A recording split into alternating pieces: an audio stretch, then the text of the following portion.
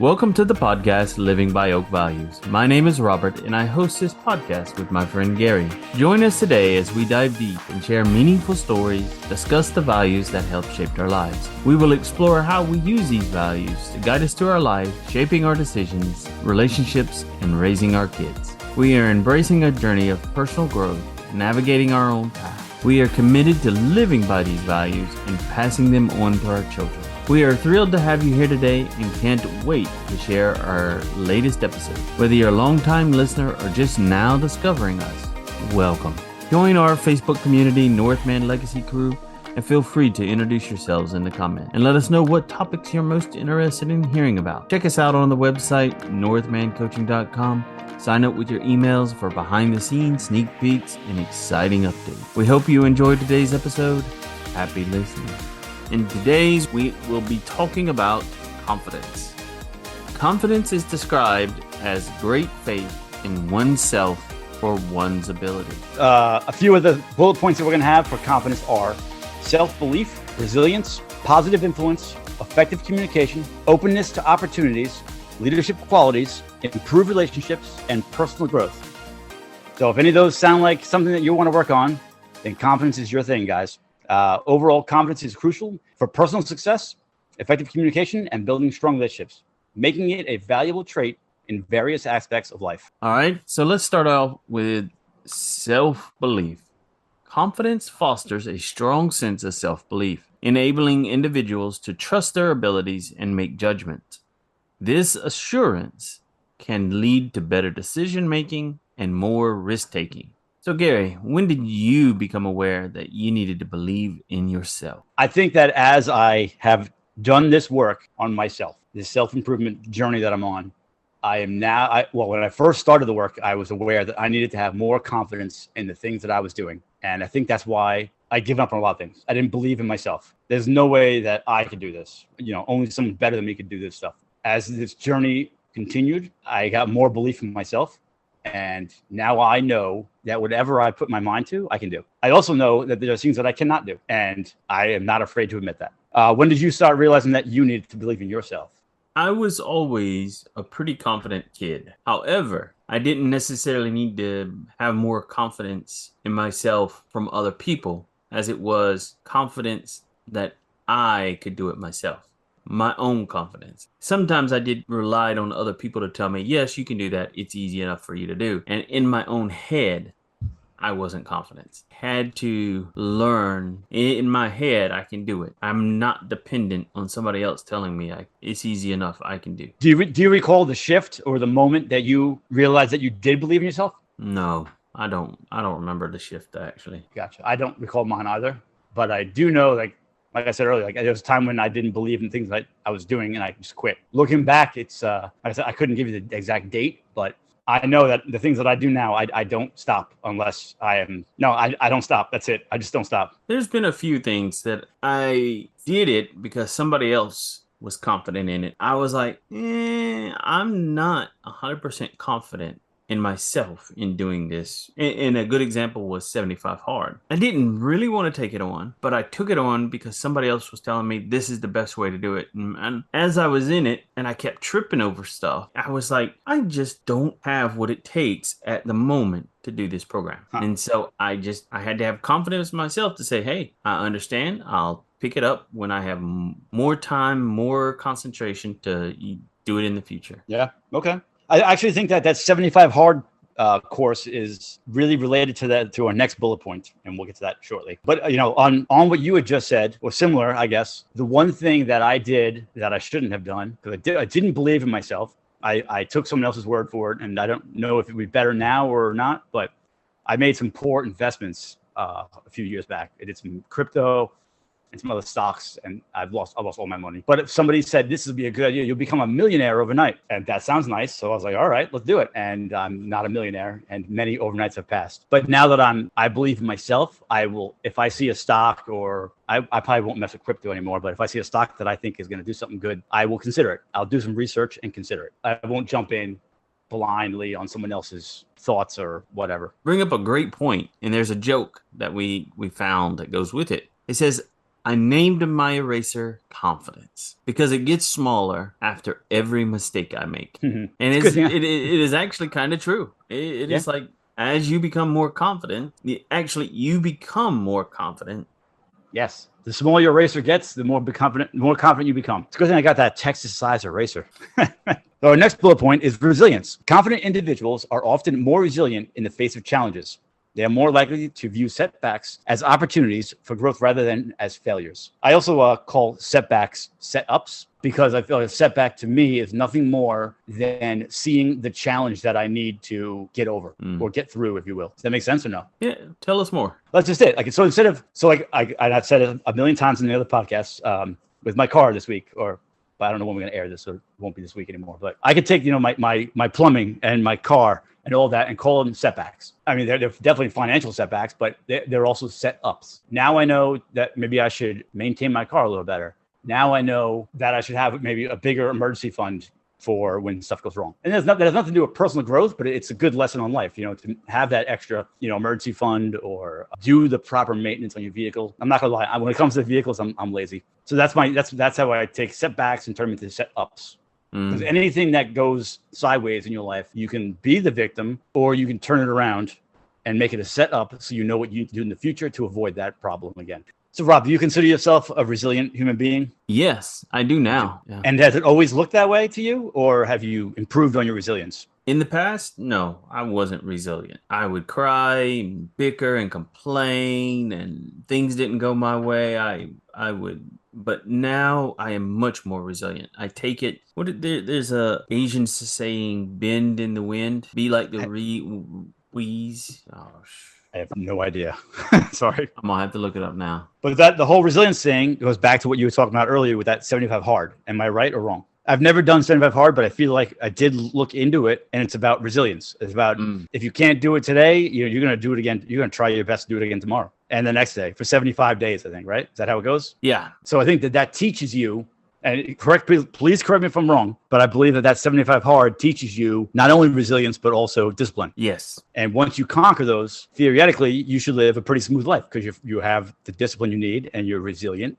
So really, there should be no more issues for the rest of your life in the perfect world. In a perfect world. Look at that quote, right? Oh, yeah. It was actually from Confucius. It says, "The reed bends in the wind is stronger than the mighty oak, which breaks in the storm." Say that one more time. The reed, which bends in the wind, is stronger than the mighty oak, which breaks in the storm. I don't understand that at all. Is that something to do with music? No, the reed, the grass is a reed. It's a long grass that is it's like cattails. I don't know if you know what cattails are. And you're going to tell me that they're stronger than oak? Because they bend in the storm and don't break. So does oak. Oak. So oak breaks in the storm. Anyway, so I have another quote here that we got together. The key to life is accepting challenges. Once someone stops doing this, they are dead. And that's from Betty Davis. Bullet point number 3. Okay. Positive influence. Confidence is contagious. When people exude confidence, they can inspire, motivate those around them, fostering a more dynamic and productive environment. How do you feel? Do you think that inspire others to be more confident around you? Yeah, absolutely. Yes, I do. It hasn't always been that way. I lacked some serious self-confidence before doing this work. So I definitely was not an influencer at all. And even now, I still don't consider myself an influencer, but I am. I see things little by little here and there. People come to me for things and they want help. They want, whether it's advice or, helping them with their mindset or, just their general well-being. I feel like more and more people come to me with questions and stuff. So obviously I'm influencing somebody. Do you see that they are becoming more confident? In a few of them, yes. Others, it's getting there, I think, and I think it will get there. I just started working with a gentleman who's having issues with panic attacks. I just gave him a notebook and a little thing to journal, and I told him, journal every time you have a panic attack, and write down what you're feeling, and write down what's going on in this moment in your life. I said, when we get 10 or 15 panic attacks in that book, let's look at it together and see if we can't come up with a common environment, I guess. And see if we can't figure out what's going on that we can work through this. So that's my latest thing going on. But I have not seen any progress yet. So I'm sure it's going to come. All right. I'm sorry. Are you a positive influence on others? Do you feel? Yes. For the most part, I feel that I am a positive influence on people. I don't go out of my way to try to influence people though, because I really go by the book kind of like I actually forgot now. I forgot the title of the book, and it'll take me forever to figure it out. Four Agreements? No, I don't know. I don't think so. I don't think that had anything to do with it influencing people. Well, I want you to know that you are a positive influence on my life, sir. You have helped me out more times than I can count. So I am very, very appreciative of everything that you have done for me. No, you've done the same to me many times. So it was the Dale Carnegie book. Yeah, doggone it, I cannot remember it. It is talking about influencing people, and it's like to really influence people, you don't purposely like just go and influence people. You kind of just be there, listen to them, and be their friends. And How to Win Friends and Influence? yes, Got it for you. It's an old book, huh? 1930 something. 36. Yeah. You know, and so right now I'm looking up at my phone at Dale Carnegie's books. Clearly, this work has been going on for a while. It seems like, I don't know, it would be more mainstream right now, like this self work. He's had this book 1936, and he had another one, Stop Worrying and Start Living, 1948. And that's well over 70 years old, you know? The Art of Public Speaking from 1915. That's crazy. I mean, I wonder why this is not mainstream work for them, you know? I mean, we're at over 100 years of doing this, and it's still very, very small. I don't know. It's the thought. I don't know. Whatever. Why don't you read that quote, brother? And so the quote that I found was, "Believe you can, and you're halfway there," by Theodore Roosevelt. What are your thoughts on that? I kind of agree, because half the battle is getting over your anxiety of doing it half the time. Or mindset. Or mindset, yeah. Yeah. Once you believe you can do it, you're definitely, I would say you're more than halfway there. There's a lot of people who go to work and they don't want to advance their career because they're afraid they won't be able to do the job that's asked of them. And so they turn it down, or they don't do it, or they don't even try because they can't believe that they can do it. And half of it is their mindset. So on the flip side of that, with my 9 to 5er, if you want to call it that, more like 8 to 7er, I don't want the promotion. And it's not because I'm afraid I can't handle the job. My job now, I have a supervisor for about an hour and a half every day, about 30 to 45 minutes in the morning and 30 minutes at the end of the day. The rest of the day, I'm on my own, walking around, delivering mail. And I see all these people that are equals to me who are taking these promotions as managers, as supervisors, and they're getting, the pay is better, but the stress is through the roof. And they're swapped back and forth from going from one office here in Rhode Island to another, to an office in Boston, to an office in Connecticut, to I don't know where. To me, my normal job is minimal stress for the most part, and I'm not a guy who enjoys stress. There is no amount of money that I believe will allow me to take a job that comes home with me every night and causes more stress and allows me to not know where I'm going the next day. It's a stress that I don't want. And onto that, we have our next bullet point, which is effective communication. Confident individuals tend to communicate more clearly and assertively. This enhances their ability to express ideas, share opinions, and engage in constructive discussions. Rob, do you consider yourself to be a good communicator? Sometimes.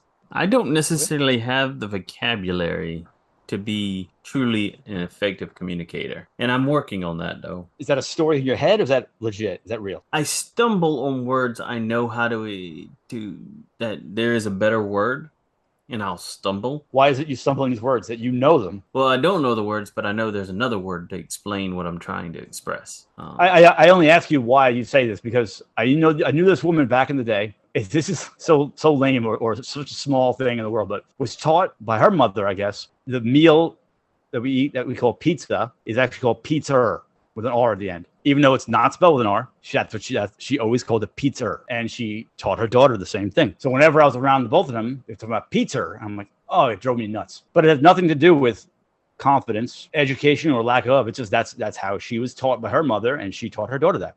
So what I'm telling the story is I'm wondering, is the words that you can't are too big for you or too much?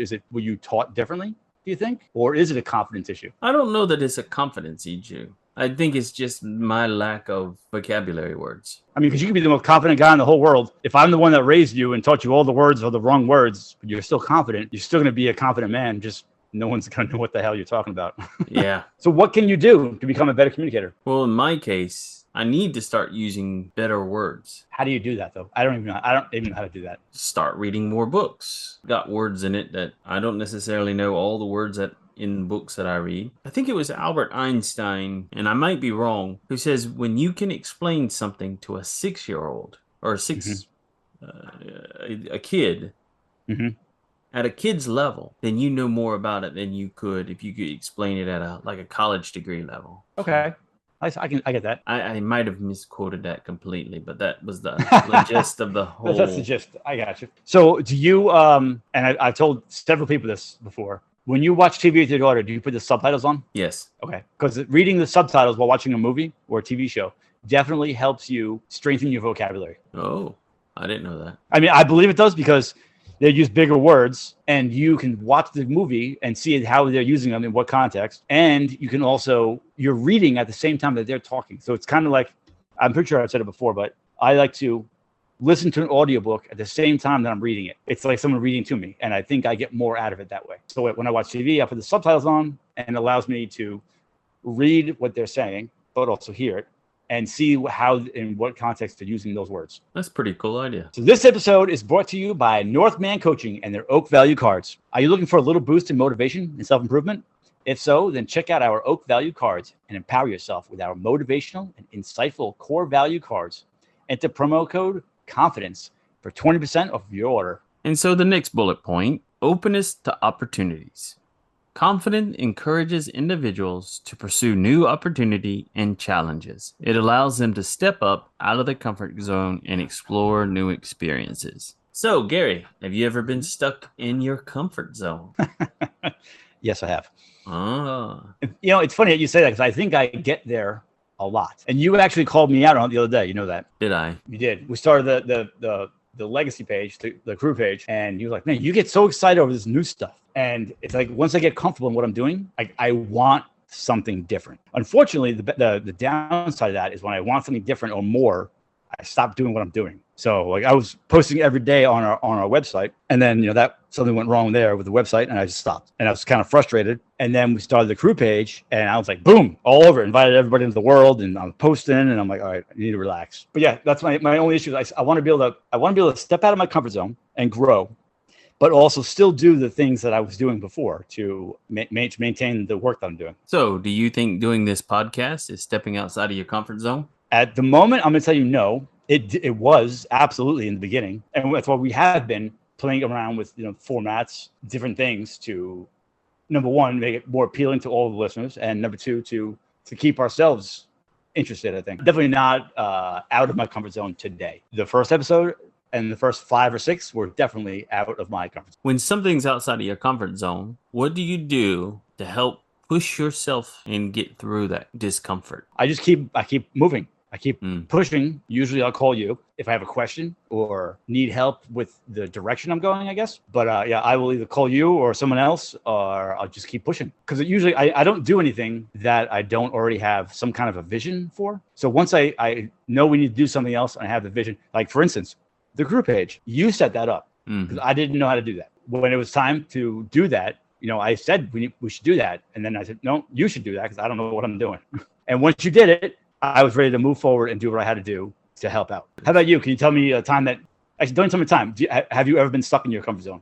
Yes. And let's hear about that. I'm pretty stuck in my comfort zone at work. I actually stuck at your comfort zone in the marriage. Yeah, that's another one. That's a huge one. Yeah. But that is huge.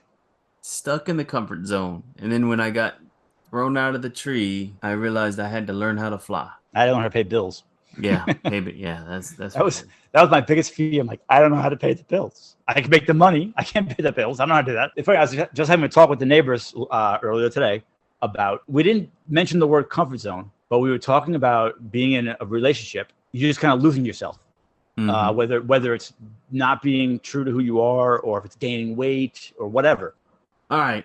And so we have a joke. If having low self-confidence and low self-esteem was an Olympic sport, I would probably get the bronze. I love that. That's playing bottom of the barrel the whole way there. If that was a sport in the Olympics, I wouldn't even qualify. Really? My confidence is through the roof, and so is my self-esteem. Yeah, that wouldn't work for me. Anyway, and our next bullet point is leadership qualities. Confidence is often seen as a key trait of effective leaders.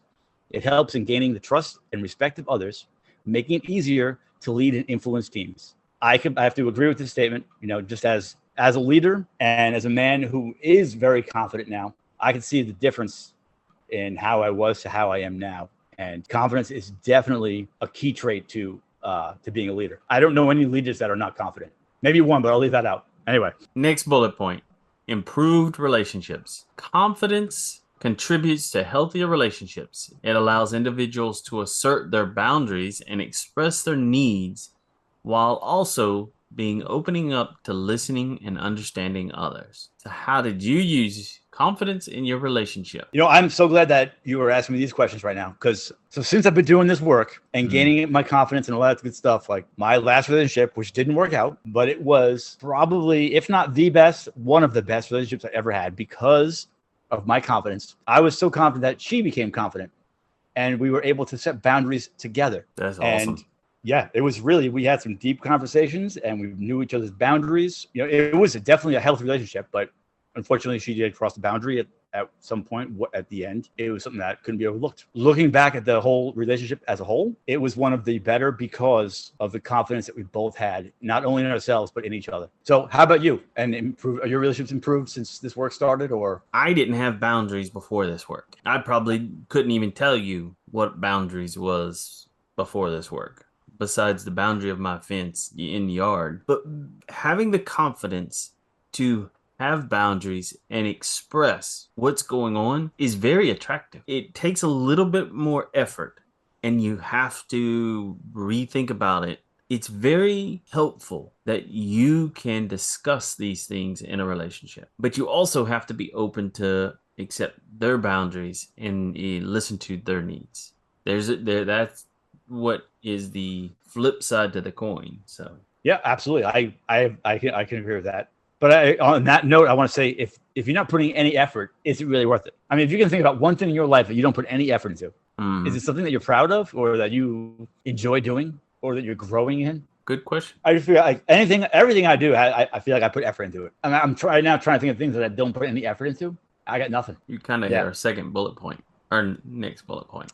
Yep. Next bullet point is personal growth. Confidence empowers individuals to seek self-improvement and personal development. It encourages a proactive approach to learning and growth. Yeah, I have to agree with that also. This whole journey that I've been on, the confidence helps me move through, helps me to keep moving out of that comfort zone and making a new comfort zone. Where do you feel like you are at on your journey? On the journey to personal growth? Yeah, on your journey to being the benevolent man that you want to be, or that you are. I'm getting there. Slowly but surely, but I'm slowly getting there. Yeah. Perfect answer.